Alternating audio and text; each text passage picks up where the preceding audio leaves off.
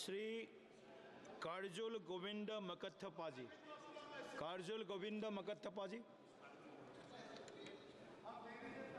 Honourable speaker sir, सन्मान्य ಸಭಾಧ್ಯಕ್ಷರೇ, ಶ್ರೀ ನರೇಂದ್ರ ಮೋದಿಜಿಯವರ ನೇತೃತ್ವದ ನಮ್ಮ ಸರ್ಕಾರ ಆರೋಗ್ಯ ಕ್ಷೇತ್ರಕ್ಕೆ ಹಿಂದೆ ಯಾವ ಸರ್ಕಾರಗಳು ನೀಡದಷ್ಟು ಆದ್ಯತೆಯನ್ನು ನೀಡ್ತಾ ಇದೆ.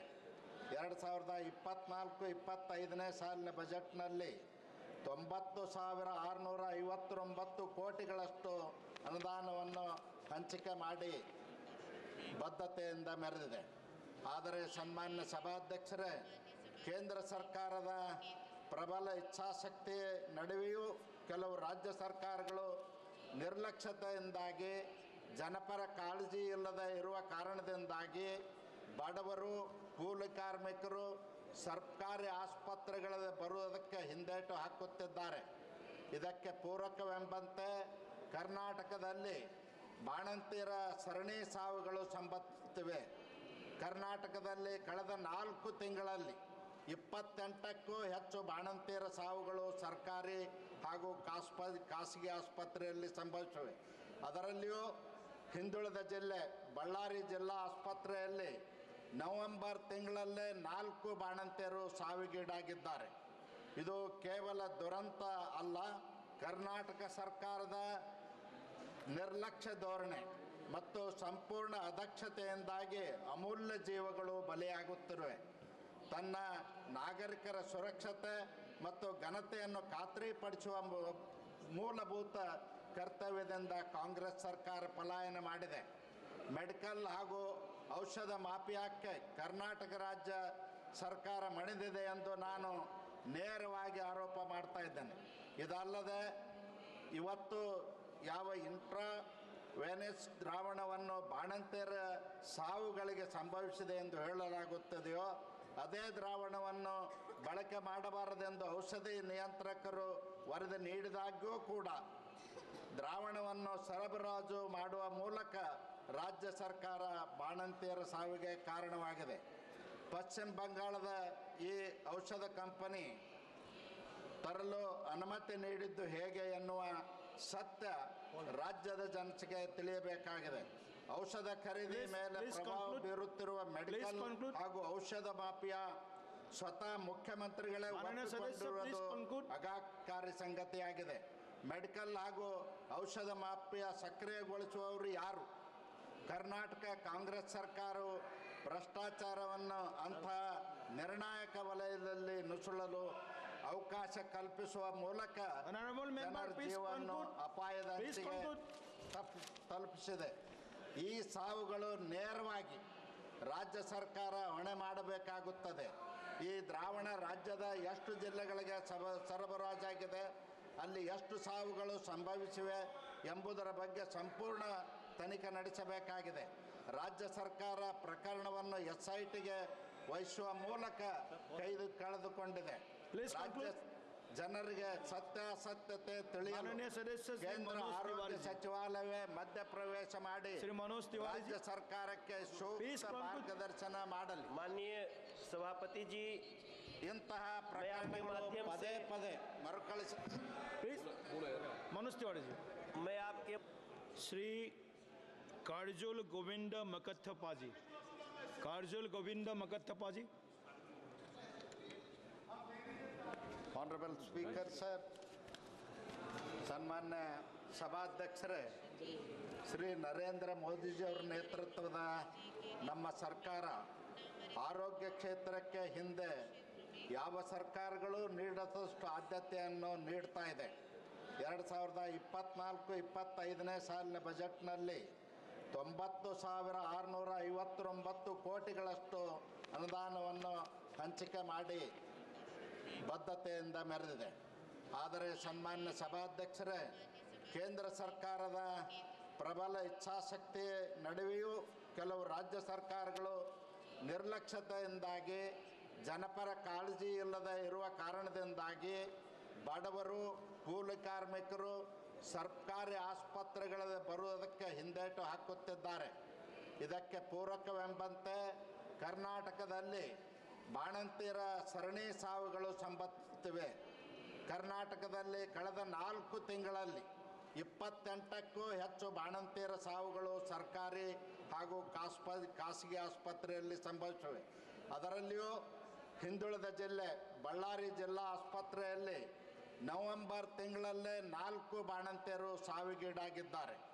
ಇದು ಕೇವಲ ದುರಂತ ಅಲ್ಲ, ಕರ್ನಾಟಕ ಸರ್ಕಾರದ ನಿರ್ಲಕ್ಷ್ಯ ಧೋರಣೆ ಮತ್ತು ಸಂಪೂರ್ಣ ಅದಕ್ಷತೆಯಿಂದಾಗಿ ಅಮೂಲ್ಯ ಜೀವಗಳು ಬಲಿಯಾಗುತ್ತಿವೆ.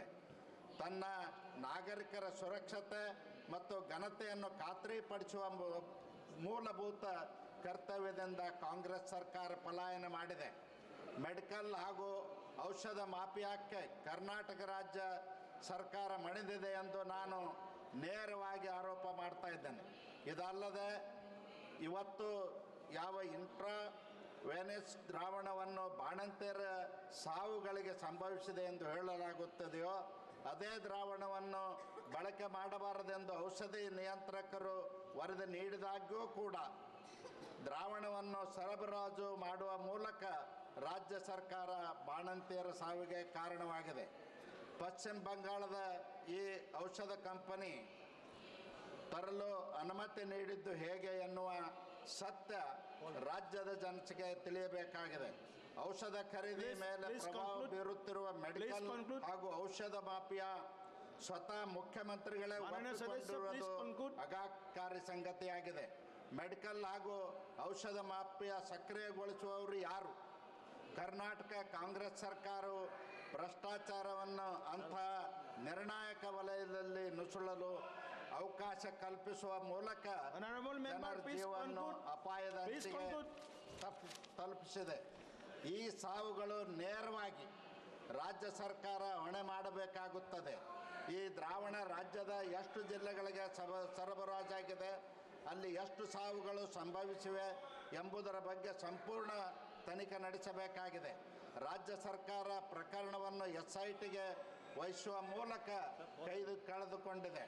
ರಾಜ್ಯ ಜನರಿಗೆ ಸತ್ಯಾಸತ್ಯತೆ ತಿಳಿಯಲು ಕೇಂದ್ರ ಆರೋಗ್ಯ ಸಚಿವಾಲಯವೇ ಮಧ್ಯಪ್ರವೇಶ ಮಾಡಿ ರಾಜ್ಯ ಸರ್ಕಾರಕ್ಕೆ ಸೂಕ್ತ ಮಾರ್ಗದರ್ಶನ ಮಾಡಲಿ. माननीय सभापति जी, ಇಂತಹ ಪ್ರಕರಣಗಳು ಪದೇ ಪದೇ ಮರುಕಳಿಸ मनोज तिवारी जी, मैं आपके श्री काजोल गोविंद मकथप्पा जी, काजोल गोविंद मकथप्पा जी.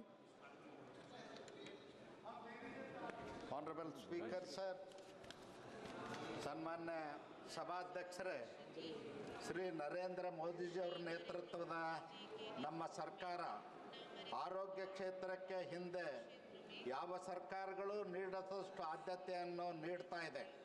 2024-25ನೇ ಸಾಲಿನ ಬಜೆಟ್ನಲ್ಲಿ 90,659 ಕೋಟಿಗಳಷ್ಟು ಅನುದಾನವನ್ನು ಹಂಚಿಕೆ ಮಾಡಿ ಬದ್ಧತೆಯಿಂದ ಮೆರೆದಿದೆ. ಆದರೆ ಸನ್ಮಾನ್ಯ ಸಭಾಧ್ಯಕ್ಷರೇ, ಕೇಂದ್ರ ಸರ್ಕಾರದ ಪ್ರಬಲ ಇಚ್ಛಾಶಕ್ತಿ ನಡುವೆಯೂ ಕೆಲವು ರಾಜ್ಯ ಸರ್ಕಾರಗಳು ನಿರ್ಲಕ್ಷ್ಯತೆಯಿಂದಾಗಿ, ಜನಪರ ಕಾಳಜಿ ಇಲ್ಲದೆ ಇರುವ ಕಾರಣದಿಂದಾಗಿ ಬಡವರು, ಕೂಲಿ ಕಾರ್ಮಿಕರು ಸರ್ಕಾರಿ ಆಸ್ಪತ್ರೆಗಳಿಗೆ ಬರುವುದಕ್ಕೆ ಹಿಂದೇಟು ಹಾಕುತ್ತಿದ್ದಾರೆ. ಇದಕ್ಕೆ ಪೂರಕವೆಂಬಂತೆ ಕರ್ನಾಟಕದಲ್ಲಿ ಬಾಣಂತಿಯರ ಸರಣಿ ಸಾವುಗಳು ಸಂಭವಿಸುತ್ತಿವೆ. ಕರ್ನಾಟಕದಲ್ಲಿ ಕಳೆದ 4 ತಿಂಗಳಲ್ಲಿ 28ಕ್ಕೂ ಹೆಚ್ಚು ಬಾಣಂತಿಯರ ಸಾವುಗಳು ಸರ್ಕಾರಿ ಹಾಗೂ ಖಾಸಗಿ ಆಸ್ಪತ್ರೆಯಲ್ಲಿ ಸಂಭವಿಸಿವೆ. ಅದರಲ್ಲಿಯೂ ಹಿಂದುಳಿದ ಜಿಲ್ಲೆ ಬಳ್ಳಾರಿ ಜಿಲ್ಲಾ ಆಸ್ಪತ್ರೆಯಲ್ಲಿ ನವೆಂಬರ್ ತಿಂಗಳಲ್ಲೇ 4 ಬಾಣಂತಿಯರು ಸಾವಿಗೀಡಾಗಿದ್ದಾರೆ. ಇದು ಕೇವಲ ದುರಂತ ಅಲ್ಲ, ಕರ್ನಾಟಕ ಸರ್ಕಾರದ ನಿರ್ಲಕ್ಷ್ಯ ಧೋರಣೆ ಮತ್ತು ಸಂಪೂರ್ಣ ಅದಕ್ಷತೆಯಿಂದಾಗಿ ಅಮೂಲ್ಯ ಜೀವಗಳು ಬಲಿಯಾಗುತ್ತಿವೆ. ತನ್ನ ನಾಗರಿಕರ ಸುರಕ್ಷತೆ ಮತ್ತು ಘನತೆಯನ್ನು ಖಾತ್ರಿಪಡಿಸುವ ಮೂಲಭೂತ ಕರ್ತವ್ಯದಿಂದ ಕಾಂಗ್ರೆಸ್ ಸರ್ಕಾರ ಪಲಾಯನ ಮಾಡಿದೆ. ಮೆಡಿಕಲ್ ಹಾಗೂ ಔಷಧ ಮಾಫಿಯಾಕ್ಕೆ ಕರ್ನಾಟಕ ರಾಜ್ಯ ಸರ್ಕಾರ ಮಣಿದಿದೆ ಎಂದು ನಾನು ನೇರವಾಗಿ ಆರೋಪ ಮಾಡ್ತಾ ಇದ್ದೇನೆ. ಇದಲ್ಲದೆ ಇವತ್ತು ಯಾವ ಇಂಟ್ರಾವೆನಸ್ ದ್ರಾವಣವನ್ನು ಬಾಣಂತಿಯರ ಸಾವುಗಳಿಗೆ ಸಂಭವಿಸಿದೆ ಎಂದು ಹೇಳಲಾಗುತ್ತದೆಯೋ ಅದೇ ದ್ರಾವಣವನ್ನು ಬಳಕೆ ಮಾಡಬಾರದೆಂದು ಔಷಧಿ ನಿಯಂತ್ರಕರು ವರದಿ ನೀಡಿದಾಗ್ಯೂ ಕೂಡ ದ್ರಾವಣವನ್ನು ಸರಬರಾಜು ಮಾಡುವ ಮೂಲಕ ರಾಜ್ಯ ಸರ್ಕಾರ ಬಾಣಂತಿಯರ ಸಾವಿಗೆ ಕಾರಣವಾಗಿದೆ. ಪಶ್ಚಿಮ ಬಂಗಾಳದ ಈ ಔಷಧ ಕಂಪನಿ ತರಲು ಅನುಮತಿ ನೀಡಿದ್ದು ಹೇಗೆ ಎನ್ನುವ ಸತ್ಯ ರಾಜ್ಯದ ಜನತೆಗೆ ತಿಳಿಯಬೇಕಾಗಿದೆ. ಔಷಧ ಖರೀದಿ ಮೇಲೆ ಪ್ರಭಾವ ಬೀರುತ್ತಿರುವ ಮೆಡಿಕಲ್ ಹಾಗೂ ಔಷಧ ಮಾಫಿಯಾ ಸ್ವತಃ ಮುಖ್ಯಮಂತ್ರಿಗಳೇ ಒಪ್ಪಿಕೊಂಡಿರುವುದು ಆಘಾತಕಾರಿ ಸಂಗತಿಯಾಗಿದೆ. ಮೆಡಿಕಲ್ ಹಾಗೂ ಔಷಧ ಮಾಫಿಯಾ ಸಕ್ರಿಯಗೊಳಿಸುವವರು ಯಾರು? ಕರ್ನಾಟಕ ಕಾಂಗ್ರೆಸ್ ಸರ್ಕಾರವು ಭ್ರಷ್ಟಾಚಾರವನ್ನು ಅಂತಹ ನಿರ್ಣಾಯಕ ವಲಯದಲ್ಲಿ ನುಸುಳಲು ಅವಕಾಶ ಕಲ್ಪಿಸುವ ಮೂಲಕ ಜನರ ಜೀವವನ್ನು ಅಪಾಯದ ಅಂಚಿಗೆ ತಲುಪಿಸಿದೆ. ಈ ಸಾವುಗಳು ನೇರವಾಗಿ ರಾಜ್ಯ ಸರ್ಕಾರ ಹೊಣೆ ಮಾಡಬೇಕಾಗುತ್ತದೆ. ಈ ದ್ರಾವಣ ರಾಜ್ಯದ ಎಷ್ಟು ಜಿಲ್ಲೆಗಳಿಗೆ ಸರಬರಾಜಾಗಿದೆ, ಅಲ್ಲಿ ಎಷ್ಟು ಸಾವುಗಳು ಸಂಭವಿಸಿವೆ ಎಂಬುದರ ಬಗ್ಗೆ ಸಂಪೂರ್ಣ ತನಿಖೆ ನಡೆಸಬೇಕಾಗಿದೆ. ರಾಜ್ಯ ಸರ್ಕಾರ ಪ್ರಕರಣವನ್ನು SITಗೆ ವಹಿಸುವ ಮೂಲಕ ಕಳೆದುಕೊಂಡಿದೆ. ರಾಜ್ಯ ಜನರಿಗೆ ಸತ್ಯಾಸತ್ಯತೆ ತಿಳಿಯಲು ಕೇಂದ್ರ ಆರೋಗ್ಯ ಸಚಿವಾಲಯವೇ ಮಧ್ಯಪ್ರವೇಶ ಮಾಡಿ ರಾಜ್ಯ ಸರ್ಕಾರಕ್ಕೆ ಸೂಕ್ತ ಮಾರ್ಗದರ್ಶನ ಮಾಡಲಿ. माननीय सभापति जी, ಇಂತಹ ಪ್ರಕರಣಗಳು ಪದೇ ಪದೇ ಮರುಕಳಿಸ प्लीज मनोज तिवारी जी. मैं आपके